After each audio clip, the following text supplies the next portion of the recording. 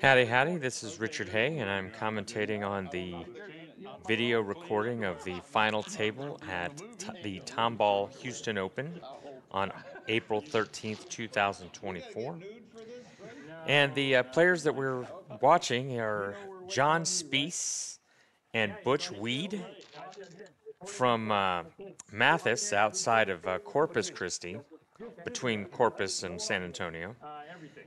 And the other players are Arthur Liere and Jerry Norman. Now, the way we got to this grouping is that Butch and John were able to slice through the bracket, which was a 32-team bracket, but there were only 28 teams enrolled, and 2 dropped out after lunch, so there were only 26 teams actually playing in the bracket. 6 teams got byes, 10 teams or 20 teams played 10 games. The winners of those games played each other and also the bye teams. So it was a 32-team bracket that was played with single game matches, double elimination. So whenever you lost on the winner's side, you would go to the loser's side, and if you lost on the loser's side, then you were out. Single games. So this game was played about 5, 6 p.m. In the evening on April 13th, and we had started at 9 a.m. Now, John and Butch were the winners of the winners bracket. Now, they were so fun. They came to me and they said, "Is it true? Did we win the winners bracket? And the worst we can finish is second place." And I said, "Yeah, that's true." That's a good question. Oh, by the way, Butch bid 84. And he went in deuces, and he has deuce, deuce, deuce 6, deuce 5. And he's going to fish all the deuces. He's also got 5, 5, 4, 4. And then 3, 3, and he's got a 3 blank behind a 3, 3. And that's his gambit to win 84 on the first hand here. So John and Butch said, "Well, we're so excited. We started playing tournaments in 2017 after we read that Texas Co-op magazine article, and we finished in the top 8 at Hallettsville. We thought, hey, this is easy. So we're gonna nail this." And then they haven't sniffed anything close to that level of finish since then. And this was the first time they've been to the final table at a tournament. So they said, we're going to buy trophies with the prize money, even if we don't win the final table. So even if we finish second, we're going to have them printed. John and Butch, second place, Houston Open, all this. And I gave cash prizes. So I didn't have trophies at this tournament. Cash, I thought, was more flexible. And so they're going to use it to buy trophies. So that's fun whenever you have new people that are in the finals and winning tournaments. And there were a lot of established teams that were playing in this tournament. And not, that these 2 teams were the ones that made it to the final. Arthur and Jerry, actually, they were in the loser bracket. So what ended up happening was Jerry had 3 threes, 3-2, 3-6, 3-1. So whenever Butch played the 3-3, Jerry had the 3-1 and the 3-6. He ducks the 3-3. Butch punched the 3 blank, and then Jerry's got him with the 3-6, and so sets the 2 mark. So it's 2-0 in favor of Arthur and Jerry at the moment after the first hand. So Arthur and Jerry made it through the loser bracket, and they did beat Dan and Johnny Walker, part of the Baytown Mafia. They had lost to Butch and John to basically be sitting in the spot where if they won that one game, they would come back to the final table and play them again. But they lost to Arthur and Jerry, so Arthur and Jerry made it to the final table. Now, Arthur and Jerry have to beat Butch and John twice, and Butch and John only have to win once. So that's the advantage of winning the winner's bracket, is you have an advantage that the loser bracket team has to double dip the winner bracket team to win the tournament. And right now they're up 2-0. So it's looking pretty good for them at the moment. Second hand here, Jerry shook, and Arthur bid 32. And he is going in deuces. Now he leads 2-2-2-6. He gets the 2-3.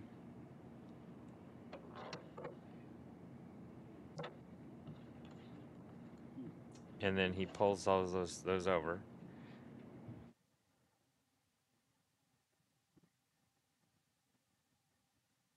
Now he and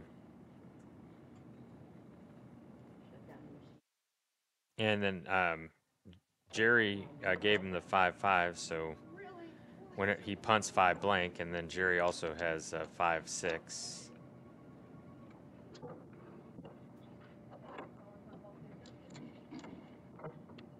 And so now Jerry's got the lead. And then, yeah, he gets Art's off, and then Art is able to walk out the rest. Makes his 32 bid. Now it's 3-0 in favor of Art and Jerry. So now John is shaking. They're having friendly conversation, and obviously just, talking to each other and having a good time. Now, they always play each other normally anyway, outside of this tournament. So they're like, why do we drive 2 hours to play the same people? So they made that same joke, even though I don't usually play with them. But this tournament I did, because they came to the Houston Open from Mathis. So we have, they're playing here, and then basically that hand, John Spiess shook, and Art bids 30, and then John is going to bid 31 over him. And he's going to play out his hand. Now Butch bids 31 over Art. And he's basically going to go, and he punts. He goes in threes. He punts threes, and he gets Art's the 3-3 out. And then Art has the lead. Plays the blank 5, and Butch has no 5, so he trumps the blank 5 with 3-2. And but then the 5-5 doesn't fall, so Jerry has it, and he doesn't want to give it to Butch once he trumps the blank 5. So now Butch is going to go through and lead dominoes.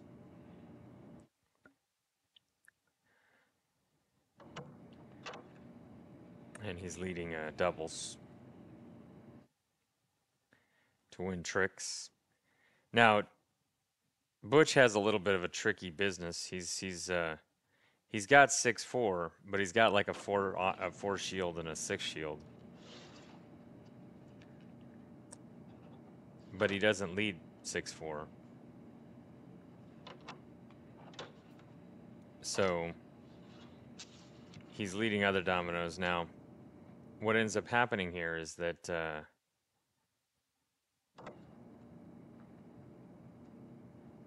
Jerry thinks he reneges because he didn't play the 5-4. But Butch didn't lead a 4. And so Jerry is going to throw in. And one of the things that did happen is that when he threw the doubles, John played the 6-6 to tell Butch that he has the 6-5. So his 6-4, when he leads it, is going to be captured by John, and that's going to help him. Right, so they threw in, and he thinks that he reneged. He didn't renege. But it turned out that even if John had led, essentially because John had the 6-5, whenever Butch plays the 6-4, he's going to win the hand anyway. So in this case, Jerry threw in. He thought he reneged. He did not renege. But because he thought a 4 was led, 4 was not led. And John was like, I know a 4 wasn't led because I had the 4-4. I was waiting for a 4 to get led. And so Jerry thought he reneged, and he threw in his dominoes, which is a misplay, and he would have surrendered the mark anyway. But John and Butch would have won the mark anyway, so they did, in fact, get awarded this mark. And it's 3-1. So even though Butch did get that 31, shaky 31, he did. It's still 3-1 in favor of Jerry and Art. So here we go. It's the fourth hand, and Art is shaking. And they're going to go around the horn. And I don't know. The rest of us is following suit, Jerry. Well, the good news let's is he see hasn't here. been playing all day and he's not tired or anything. You did it. Let's see. Art is shaking, and in this case, he's going to bid 31 Pass. I'm gonna pass. in fives. I'm gonna bid 30. And he punts out of the gate to Jerry with a lower 5 to Jerry's 5-6. Okay, come on, Art. Fives. And Jerry is going to catch it. He's going to come back with some doubles. That's going to allow Art to dump some offs. You said you never could see him. Put him over there so you can see him. See that blank 4 over Just here. some kind of tricky move y'all were putting on. No, he said he couldn't see him when I'd put him over there on I'm teasing you. way on the other end, so I want him to. Jerry is still leading. And John is going to decide what to do.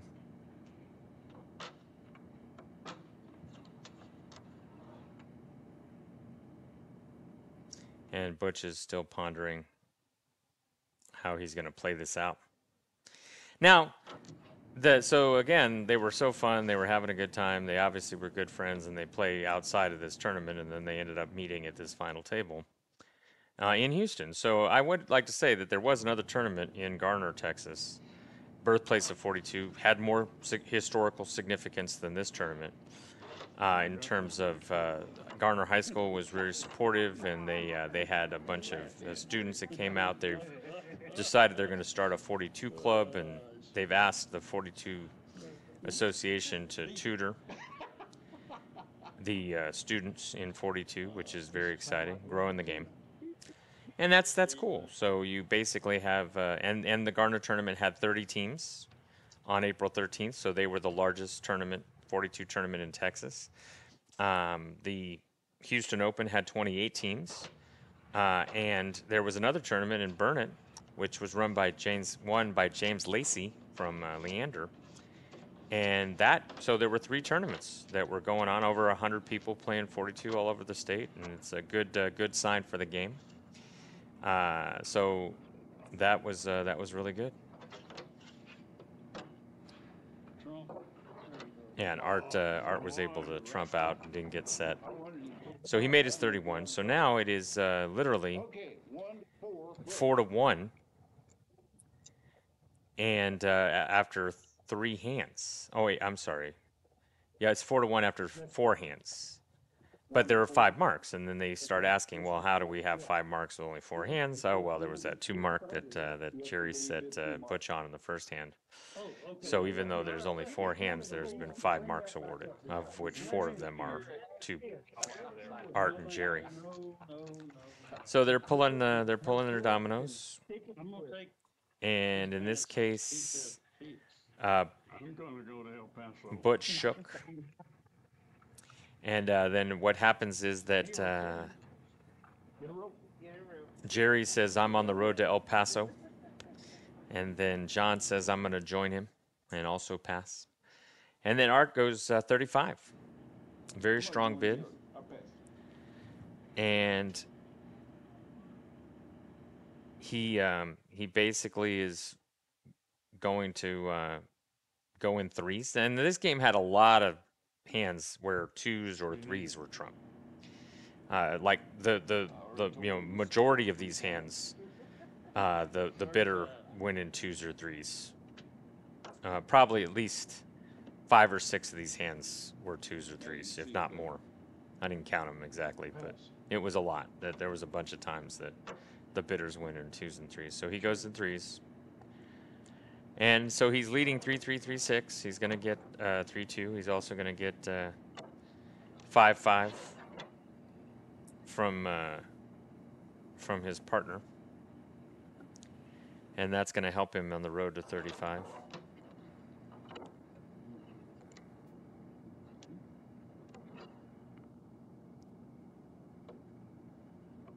So what ends up happening is he does end up getting into Jerry's hand, and Jerry is going to lead the 6-2, and because he has 6-4, and so the 6-6 is in John's hand, and he plays it. But then, Art doesn't have to. Art is probably concerned about the 6-4, but then it's Jerry was flushing it, and he had it. And then the last trump trumps the 6-4 at the end, and Art is able to make his 35 on the nose. So he ends up losing 2 tricks and a nickel, but that's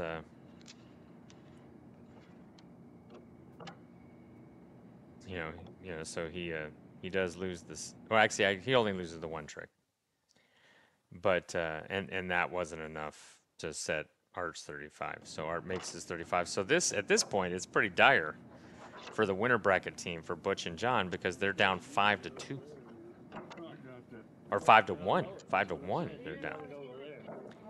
So it's a pretty deep pit, a deep hole that they are at. And at this point, it definitely looks like there's going to be a game 2. I think I even said it in the background. It looked like we were headed for game 2. So it's 5-1, and in this case, Jerry is shaking, and it's going to go around the horn, and Butch is going to take it for 30. He could have passed, but he's going to, Jerry shakes, and then John and Art are going to pass. Butch is going to bid 30, and then Jerry's going to say, play it. And so Butch is going to get the bid. And he goes in threes. So once again, the bid is in threes. And, so he's able to, this Butch does punt a 6 to John's 6-6 in this hand. He has 6-4, and whenever he punts the 6 to the 6-6, then John is able to come back with the 2-2 and then win. The trumps are all out, and Butch is able to give him the 6-4 to make his 30. So Butch does make this 30. He bids the 30. He gets it. So that does, give him another mark. So instead of being down 5-1, that they're gonna make a little comeback and come back to be 5-2, which is still way down. But of course, Butch is going to be happy that they didn't die right there, or that they didn't at least put him on the pole, which was the risk.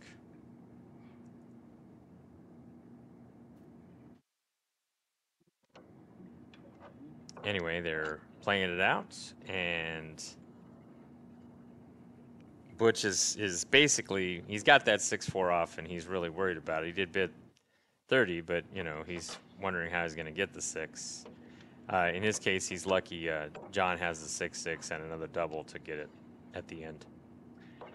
So that's how this plays out, and then the 30 gets made.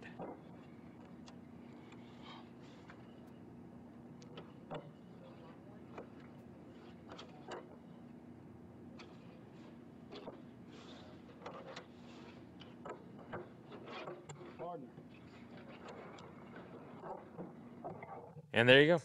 So that's the end of that hand, and now we're going to the next hand.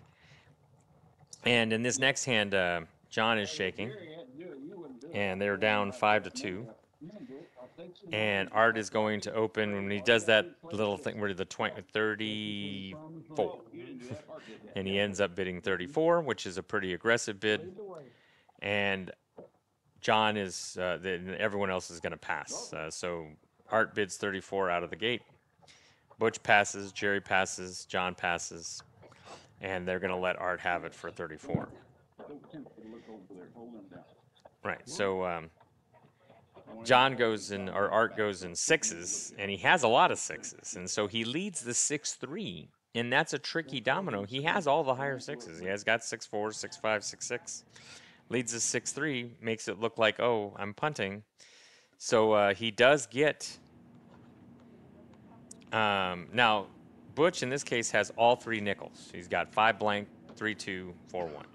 I'm gonna go 30. And even though he throws the 5 blank on the first trick and loses it because Art led the high 6. Good bid. Commit. Art for 35. And he maybe should have picked a different nickel, because what ends up happening is whenever Art punts and he gets the 3-2 into his partner's hand and they win a nickel on this 34 bid, John leads back the blank blank, and then Art dodges it because the blank 5 is already in. So he knows the blank 5 is not a risk. So if he had thrown the 4-1 instead of the 5 blank, then I personally think that Art would have just, dodged he would have just,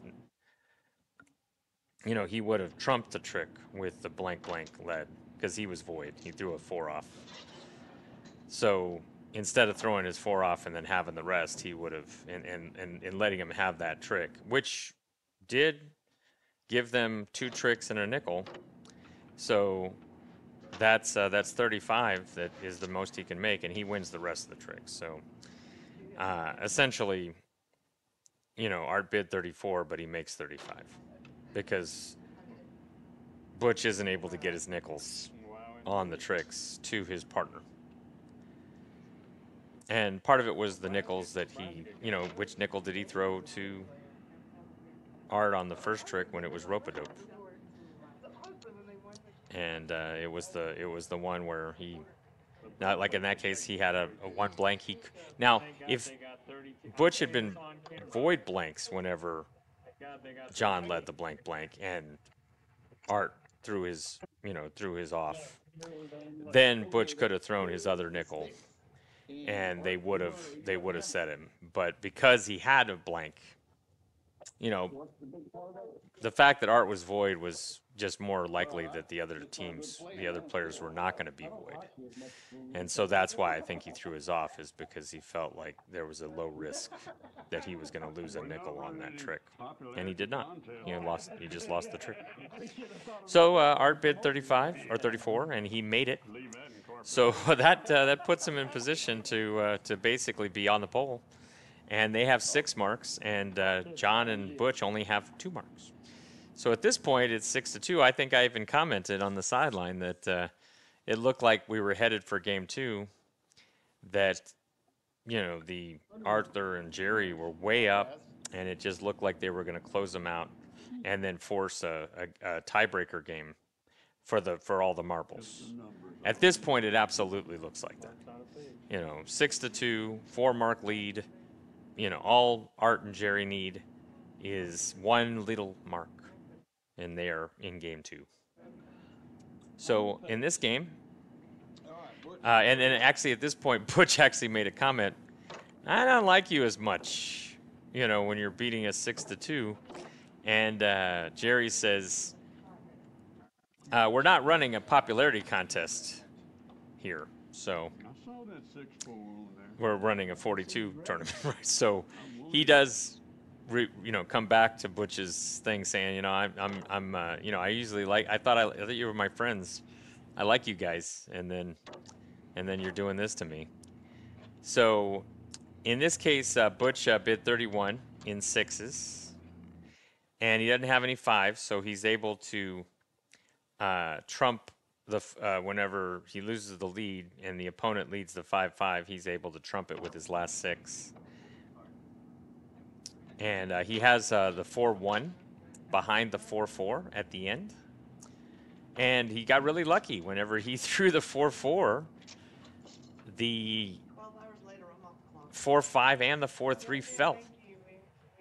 So the dominoes that would have beaten his 4-1 came out. And of course, 4-2 had been long since discarded. And he went in, he goes in sixes, and so 6-4 is trump, so that's not a risk. And so he ends up walking his 4-1 at the end behind his 4-4. Right, so here's where Jerry's going to play the 5-5, say, you know, beat that.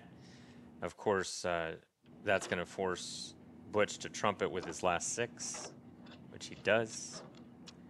And then now he's going to come back and play his 4-4. And here's where he gets lucky that the 4-5 and the 4-3 both fall right there. You know, Jerry plays 4-5, his partner plays 4-3. Arthur is void fours, and basically now at this point, Butch's 4-1 is going to walk, and he's going to win the last trick and make his 31. So that does make it 6-3 instead of 6-2. Keeps him alive. And so then we're gonna have another hand here, and Art is gonna bid 30, and then Butch is gonna bid 31 over Art's 30. Butch shook, so it was it's pass, and then Art bids 30, and then Butch bids 31. And in this case, he's going in fours. And it's fun. He basically goes in fours 31, and he leads the 4-4, and that goes around. And then he leads the 4-6, and he fishes the 4-1 from Jerry, who says, well, I'll give you a nickel, because he has to. And then Butch plays the 5-5, and then says, hey, I'm giving him a dime.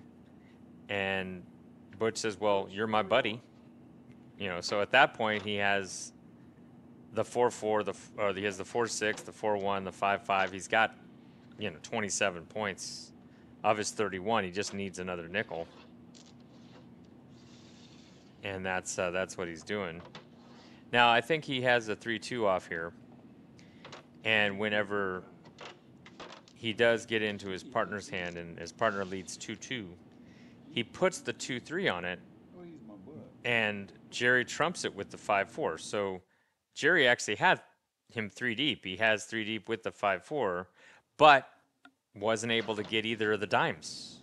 He wasn't, because his partner had 5-5 and gave it to him on the second trick, while Butch was still leading high fours. Then you had a situation where he got, and what it was interesting, Jerry gave him the 4-1 to keep the 5-4 so he could get the lead. Now he understood that if he gave him the 5-4, then he would just lose the 4-1 anyway. So he wanted at least to get the lead, and he does. You hear John leads the 2-2, and then Butch plays his 2-3, and then this is where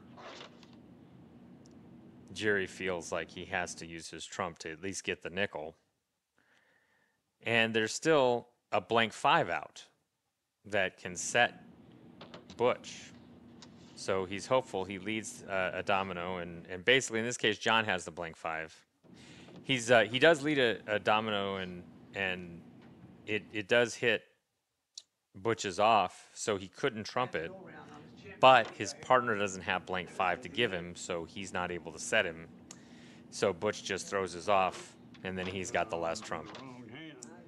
And then his partner, has the blank 5. He says it was in the wrong hand. And so Butch makes his 31, and now it's 6-4. So that's how it was 6-2, and then it was 6-3, and now it's 6-4. and they're still playing. So it's Butch and John are still alive in this game, even though they looked like they were on the in the code blue. And here we go. It looks like in this case, Butch is going to bid 31 for the third time in a row. So in this case, Jerry shakes, and then they go around, and Butch gets bids 31, and then Jerry lets him have it. 30. And so Butch bid 31 twice in a row when they were down 6-2. Won both of those, made it 6-4, and now Butch is going to go 31 again. And in this case, he's going in sixes, and he has 4 sixes, and he's void 5s. Which for 31? And then in this case, it works out perfectly for John and Butch. John punts a 6, or Butch punts a 6, and John had the 6-5. He also has 2-2 and 3-3. And once he just plays his doubles after he gets the lead, then Butch has the rest of the 6s, and it's over, right? So in this case, John had the cow and some leads, and Butch bid 31, and he makes it easily. So that makes it 6-5, which is, essentially, the circus hand, where you never know if someone's going to bid 2 marks and if they're full of crap, but that's anything can happen at 6-5. And that's a lot different. And here's where we actually started calling it a comeback. We had a debate about whether it's like when you win 4 marks, is it a comeback? When you win 5 marks, is it a comeback? They actually felt like it wasn't a comeback until they made this mark, and it was 6-5. Good comeback. Whereas I would have said it was a comeback when it was 6-4, but whatever.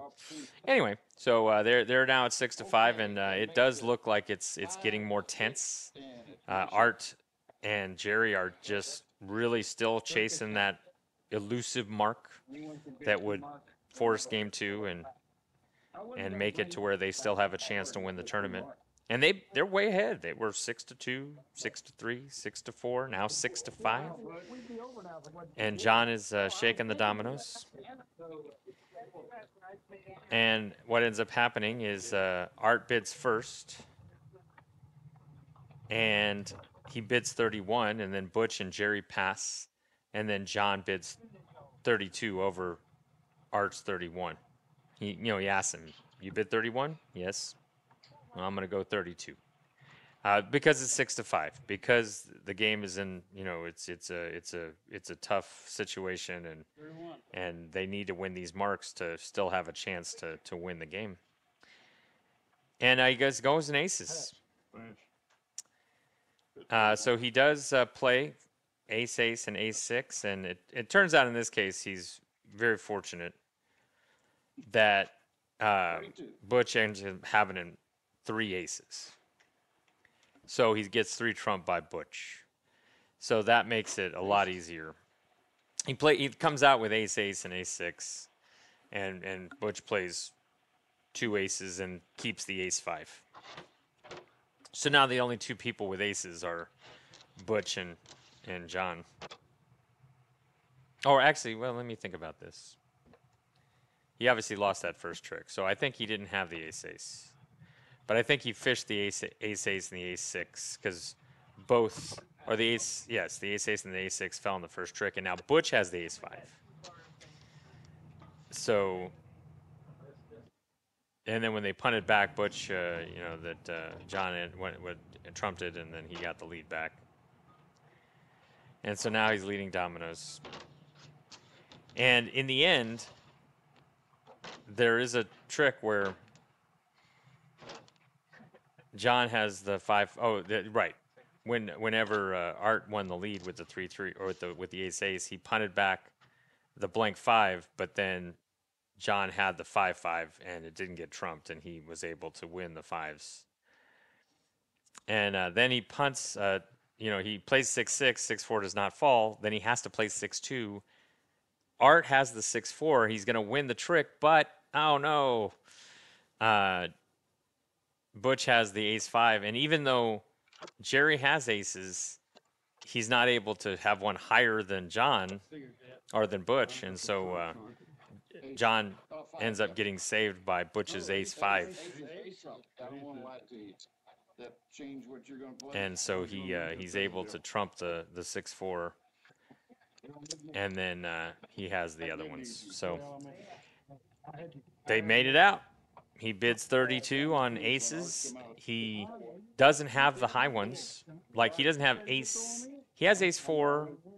He's got little aces, but basically he gets lucky that Butch has 2 of them, including ace-5, and that his opponents only had 1 ace-6 or ace-6 and ace-ace. So after the first trick, everyone played one, and what ended up happening was John had 2 left, and Butch had 1, and they had none. And that ended up, even though he led 6-6 and didn't get 6-4, he leads 6-2. 6-4 comes out. Butch is able to trump it. And then after that, John has the rest of the aces. So that was that. So they made it out, survived John's 32 bid at 6-5 to make it 6-6. Now the 6-6 is interesting because Art shakes, and then Butch bids 30, and then Jerry bids 31, and then John bids 32, and then Art bids 33, and you end up with a situation where everybody bids because it's 6-6. It's pole to pole. Someone is going to win. It looked like the loser bracket team had them dead to rights, had them in their sights 6-2, and they lost a mark, and it was 6-3, and they lost a mark, and it was 6-4, and they lost a mark, and it was 6-5, and they lost a mark, and it was 6-6, and now it's 6-6.